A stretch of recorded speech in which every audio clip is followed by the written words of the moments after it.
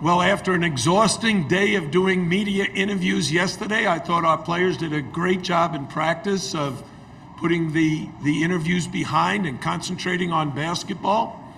We had a very nice team event last night. We had a guest speaker, and he did a wonderful job. And hopefully we'll have another good practice today and a good night's sleep tonight to get ready for tomorrow night. Coach, we're going to take our first question from the first row to the left. Hey, Jim. Dave Borges, Hearst, Connecticut Media. I know you've been asked a lot this week about the George Mason game against UConn 17 years ago, but I wanted to know if you had any recollection of the last time you faced UConn a few years ago. Maybe you've etched that from your memory, but and if I'm not mistaken, were you going through maybe some health issues at that time as well? I remember we played in an ESPN event in Charleston, I believe, and we were awful, and UConn was dominant, and I had a back issue, and it kept me in a wheelchair, actually, for a few days. I got that corrected, and now I got my 40-inch vertical back, and I'm doing good. Next question's to the right of the aisle, third row. Hey, Coach, Greg Bailey from ABC here in Houston. Welcome to you and congratulations. Beyond the obvious of getting to the Final Four with this group, what is the greatest gift that you receive from these young people day in and day out as part of this journey? And how does that help keep you so enthusiastic about what's going on around you? Yeah. You know, everybody talks about my age, but my players, they don't see it that way. They might see me as their grandfather, but we have a great working relationship because they know I care about them a great deal and that I want to help them achieve their goals. And it's for me just a great joy to have the privilege of working at such a great university. University of Miami is paradise. You know, our campus is beautiful. And then to have such a great group of kids to work with who are just fun to be around every day. You know, someone asked me about the difference between Isaiah Wong when he was a freshman and now. I said, well, the funny thing is, that young man has never had a bad attitude day or a bad effort day. He just has a great attitude towards life and a great work ethic towards basketball. And quite frankly, that leads to other guys wanting to be just like him. He's a great role model for the other guys. And you add Norshad Omier, Nijel Pack, Jordan Miller, they're all like that. And when you have kids who are like that, it's really a lot of fun coaching. Coach, we're going to move up front to the first row. Dom? Dom Amori from the Hartford Courant. Coach, from watching UConn in this tournament, maybe in person in Albany or on film, what have you taken away from them, not in the basketball X's and O's sense, but more in the vibe or the body language or the looseness, confidence that they've been playing with? Well, I've known Bob Hurley Sr.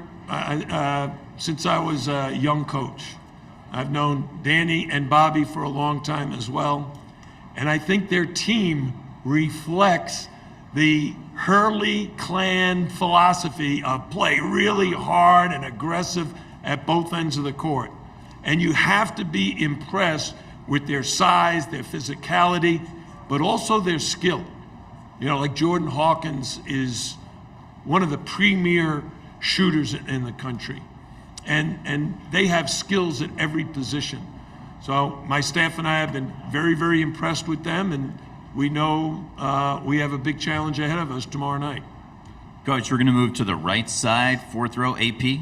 Hey, Coach, AP Stedham, AP and Kelly, as we see at syndicated radio. Coach, who was your speaker and why did you choose that person? And then you remember a name from the past, Donnie Lewis.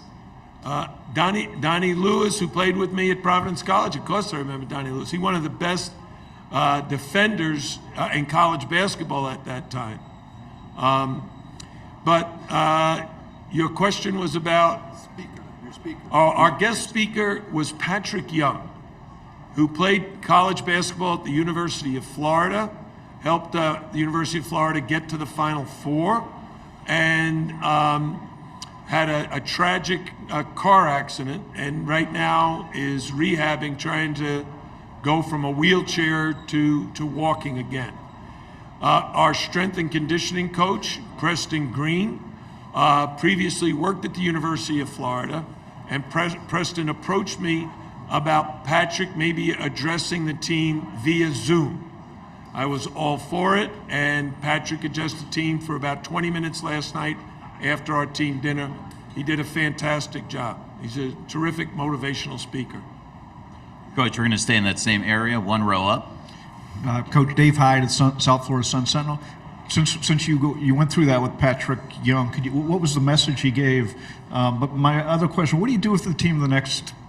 What are you going to have? 36 hours, or maybe not that much. But what do you do with the team for that period? I want to tell you, I really liked your article. You hung out with our guys for a few hours, and I think reported it very nicely. What we're going to do is what we do routinely.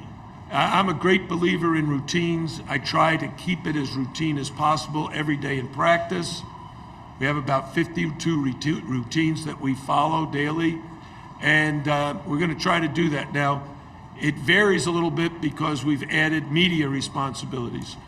But the moment our responsibilities end here, we'll go out on the court and we will practice.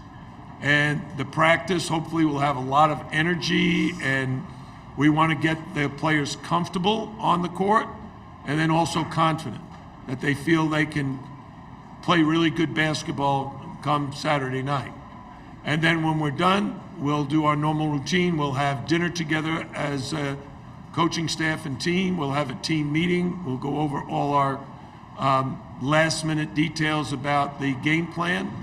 And then hopefully the guys will get a good night's sleep. We have a shoot around tomorrow and then the game tomorrow night. So game day will be very, very similar to every game day that we've played so far.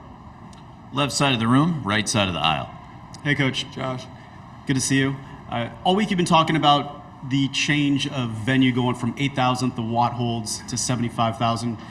Just with the one practice, how has your team adjusted to that simply because we won't be able to talk to you after practice? You know, I think they've done a very good job. We practiced yesterday in the arena, and it was a very intense practice. Guys were aggressive at both ends. One of the group I would love for you guys to write about, and you should interview them, is our scout team. I'm telling you, they do an amazing job of simulating the opponent. It's mostly a group of freshmen with a couple of walk-ons, and DJ Irving, my assistant coach, has to prepare them for every nuance we're going to face, whether it's offense or defense.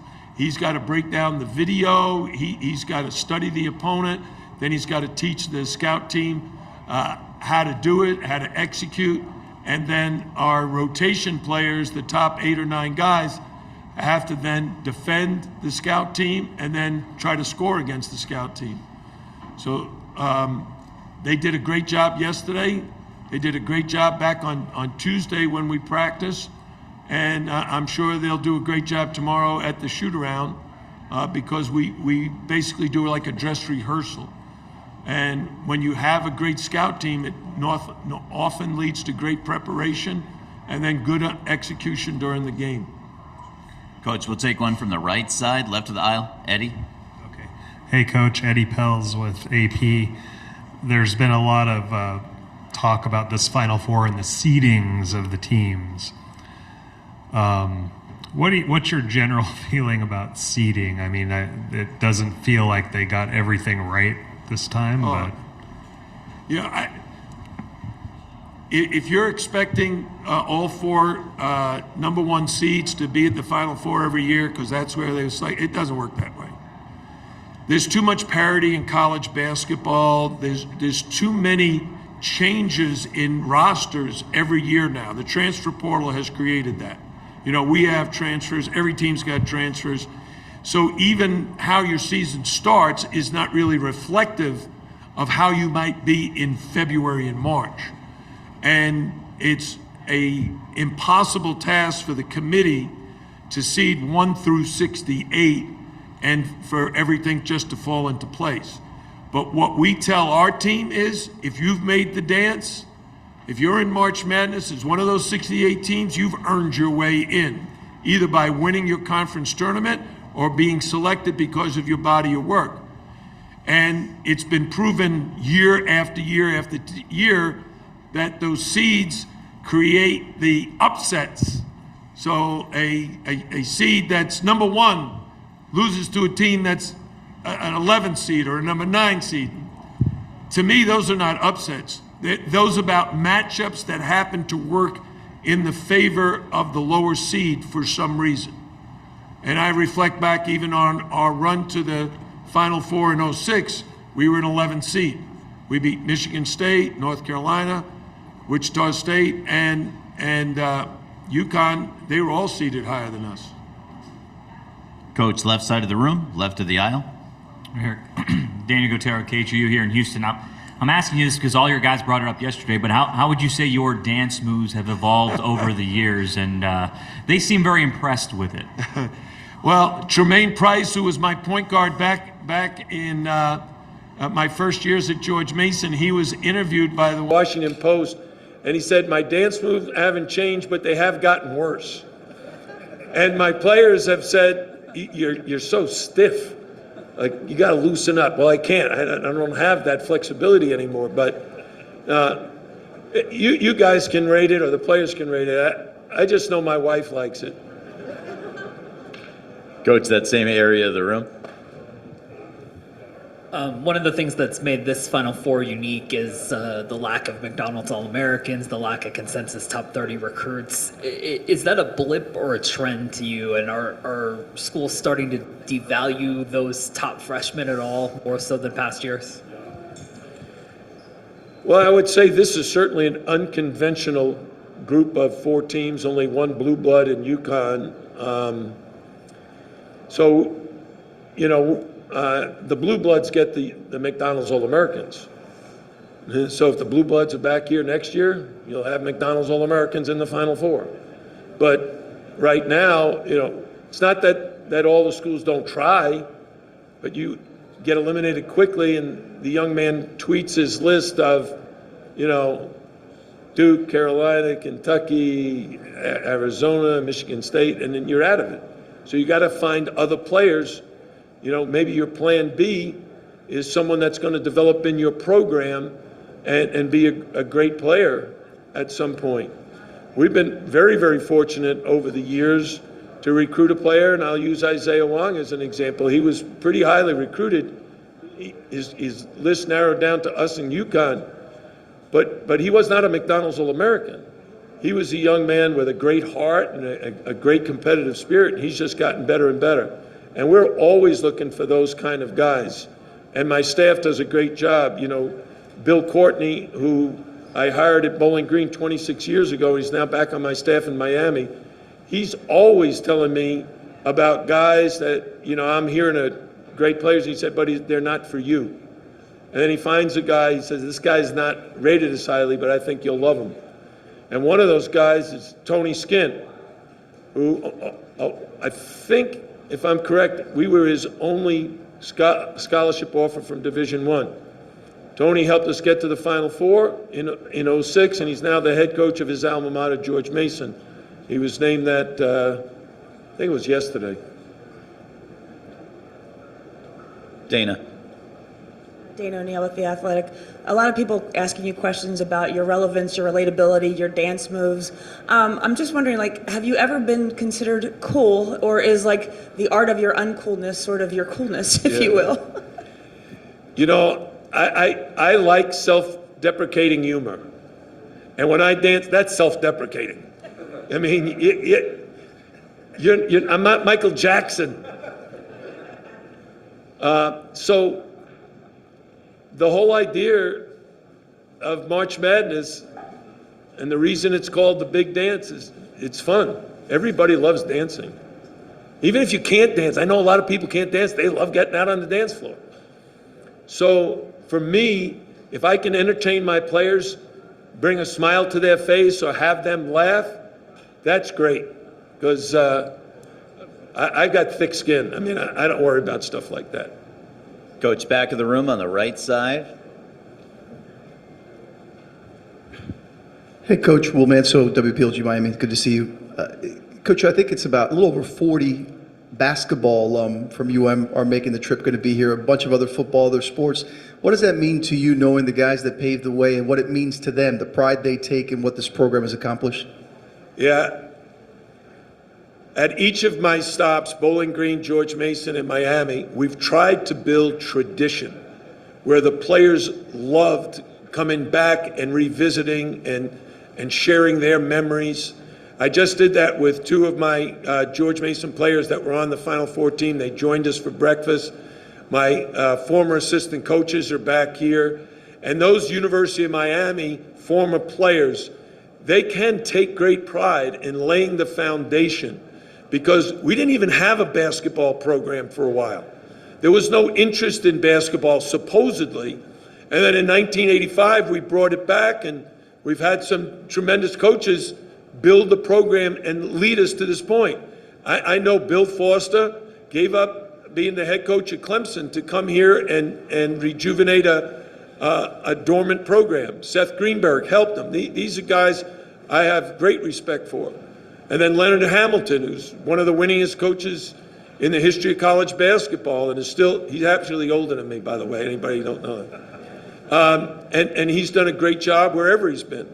So I feel like, we want to keep advancing the Miami basketball program and compete with all the best schools in the country. And those guys should take great pride in what we're doing and what they did. Final question of our general session is going to be for Dan, to the right of the aisle. Yeah, Dan Wolgan, USA Today. I was just curious, how difficult is it for you to keep Coach Cristobal away from Norchad? I hadn't thought of that, but I better start. Yeah, Norchad Omier is 6'7", 245 pounds of dynamite. His personality, his body language, his ability to relate to everybody. Here's a young man whose first language is Spanish, and he's up on stage speaking English and still very, very comfortable and confident that he can relate to all of you. And this is his roommate. Just ask him what Norchad's like. And they become so close, and I love them both. Yeah, and I asked that because obviously Miami's had one of the most famous college basketball to football conversions. He just seems like a guy whose physical profile, I was just curious, what you think his professional future actually could be. Oh, he's going to be in the NBA. I'm telling him, in football you get hurt. I don't want him even thinking about playing football, and I don't think he ever will, because he's a dynamic basketball player. He hasn't even scratched the surface. His offensive skills, as good as they are, can reach not just one level up, but 2 or 3 levels up. And we're going to spend a lot of time with him spring, summer, and fall leading into next season. And we'll see a much improved offensive play. How do you say that when the guy's already averaging double-figure points and rebounds? I don't know, but he's just getting better and better. We'd like to welcome in Nijel Pack at this time, and we've also eclipsed that 12:30 mark. We're going to take questions from our full court press groups. That's those journalists with the black lanyards on. We're going to go to the right side, right of the aisle. Coach Larranaga, Sam Calhoun. With UConn's big standing at 6'9" with Adama Sanogo and Donovan Clingan at 7'2", Norchad Omier, as he said, he's so physical. He said that ACC plays really helped with preparing for guys that are bigger than him. Can you just talk about what Norchad's able to do with this size advantage that his opponents have? Norchad's an undersized big man, but he's competed against big guys throughout the season. Duke has 2 7-footers in their starting lineup. Carolina has Armando Bacot. Wake Forest has some huge guys. Virginia has 6'11", 7 foot. So he's faced them. He's learned how to defend them and how to attack them with his offensive game. And it's a challenge. When I see them walk out for the jump ball, I say, oh man, the other guy's got him by 4 or 5 inches. and yet still at the end of the game, he's the leading rebounder and has scored double-figure points. So I'm very, very confident in his ability to compete. Left side of the room to the right of the aisle, Talia. Hey, Coach, Talia Goodman. Both you guys and the women's team really took advantage of NIL when it was first introduced, and you both went on to make big runs in March. What are you seeing firsthand as the impact of NIL in college basketball? Well, I look at more as the big impact of the transfer portal, because these guys probably wouldn't even been available if they didn't put their name in the transfer portal. And so when we're recruiting, we looked at our team last year, made it to the Elite Eight, and Charlie Moore and Sam Wardenberg were graduating. So we need to replace them. We needed a point guard and we needed a big guy. And when those guys entered the portal, we went after them. Why they chose Miami, I hope, and I really do assume, and I'm pretty sure I know, is because Nijel saw the opportunity he had with Charlie graduating. Norshad, on the other hand, went to Miami Prep. So it was just a natural thing to say, hey, if I can come back to Miami, I loved my year at Miami. My first language is Spanish, and, the city of Miami has a lot of Spanish-speaking people. So for him, it was just a natural. And for Nijel, it's just a perfect fit. We're going to stay in that same area, one aisle back. Henry Huber with the LSU Reveille. In 2011, when you joined the program, it wasn't nearly as basketball oriented, and some even questioned the decision. What convinced you to decide to take on the challenge of coaching at Miami? Oh, my decision to come to Miami? Yes, sir. Well, basically, I'd say from very early on in my coaching career, I had the goal of being a head coach in the ACC. Then, having spent 7 years at Virginia, reaching 2 Final Fours, that became not only a goal but a dream. That was something I wanted to accomplish, and if I could ever have the opportunity, I was going to jump all over it. So in 2011, after our George Mason team was in the NCAA tournament, knocked off Villanova, lost to Ohio State in the next round, and Frank Haith left Miami to go to Missouri, I thought to myself, that's the spot. I got to figure out if I can get involved with that job. And I called some friends in Miami, and they helped me get an interview, and the rest is history. I accepted the job and have loved every minute of it. Questions for Coach Larranaga or Nijel, and if this one's not for Nijel, we'll look for a question for Nijel next. Chase Hartzell with the Ouachita Sports Digital Network. This is for both Coach L and for Nijel.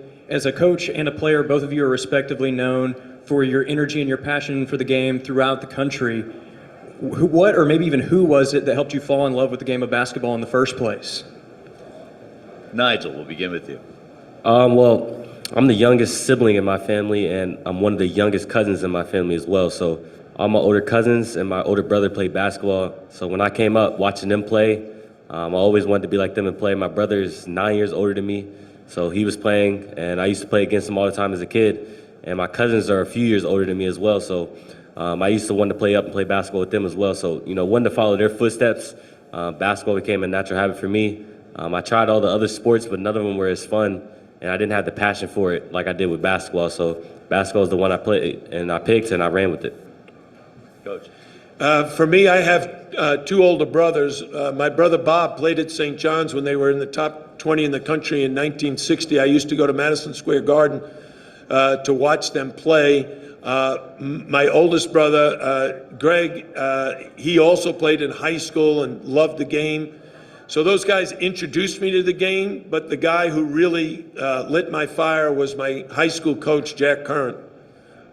He became my mentor and inspiration for wanting to be a coach. And he actually asked me to coach my freshman team, a player coach, as a freshman in high school at 14 years old. So from that time on, we went undefeated, won the city championship. So I think, okay, I'm pretty good at this. Questions for Nijel or Coach Larranaga? If you have one, raise your hand. Let's do one to the right of the aisle. Hey, Coach. Chris DeMond, the Miami Hurricane. I was just wondering if you could talk about the relationship between Wooga and Bensley. I know they have a special relationship being of the same year, and I know they room together. And also, if you could talk about the jump that they've made from last year's tournament to this one. Yeah, I think that the jump from high school to college is huge. In your freshman year, the first thing you have to learn is, hey, you actually have to defend. Most guys, when they come into college, are terrific offensive players, and they have to learn about not only individual defense, but team defense, which they never really had to play in high school. I know that sounds ridiculous, but I've had players tell me, I always guarded the worst player so I wouldn't get in foul trouble. They came in as freshmen, and the first thing that happened is Bensley Joseph immediately made an impact with our team with his great defense. I was like, wow, freshman that can put pressure on the ball. And so he became a key cog in our run to the Elite Eight. Wooga, on the other hand, had a little further to go, but now is a tremendous defensive player. He's just gotten better and better, and both of them, as I said with Norshad, they have a very high ceiling. They're such good athletes that their skill level, once they really devote their time to the areas of the game that need the most attention, they're going to be dynamite next year. Next question is left of the aisle, left side. Coach. Front left microphone. Coach, John Morgan, SMU Daily Campus. You've coming off of two drastically different games, one against Houston where you were 11 of 25 from deep, and then a comeback against Texas in which y'all didn't hit a three in the second half. Which type of battle do you foresee this upcoming game against UConn being? Whichever works. You know, it's very, very simple. When we played Houston, these guys, they packed it in. These guys had to make some threes. They did. They made 11. But against Texas, they were out there strangling our three-point shooters. So what do? We attacked the rim and got to the foul line, made 28 free throws.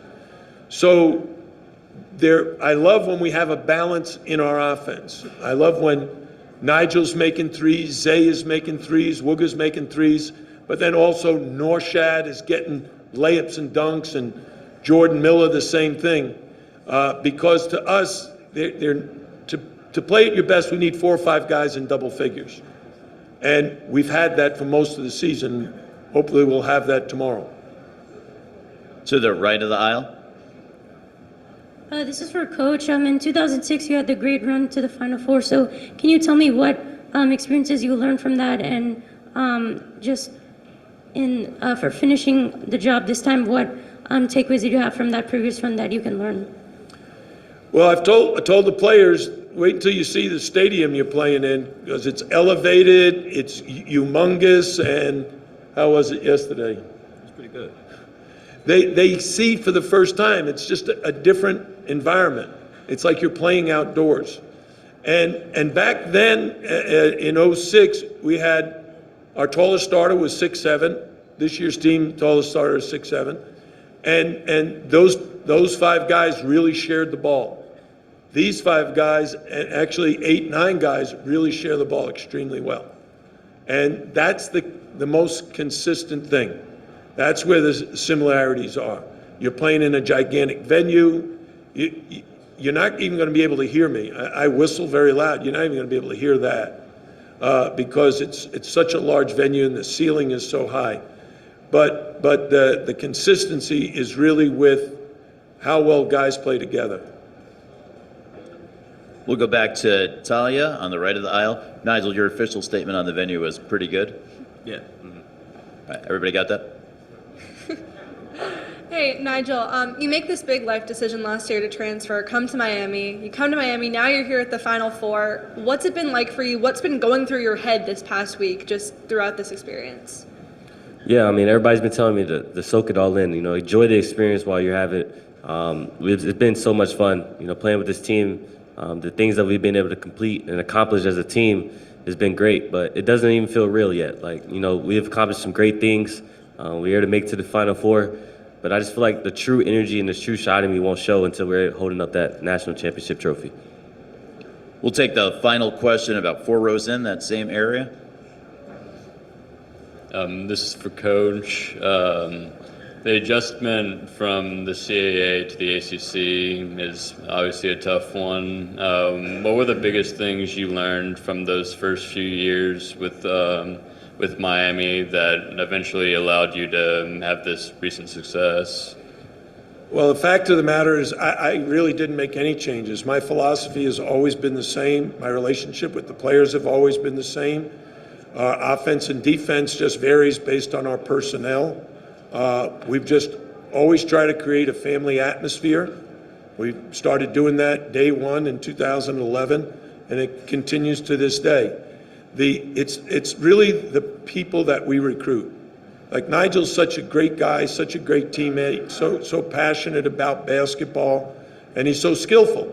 So not only does he have skills to play it, but he has the right attitude and approach, the right commitment, and he's a great leader. Whether it's on the court or off the court, he's always speaking positively and being upbeat, and his teammates follow suit.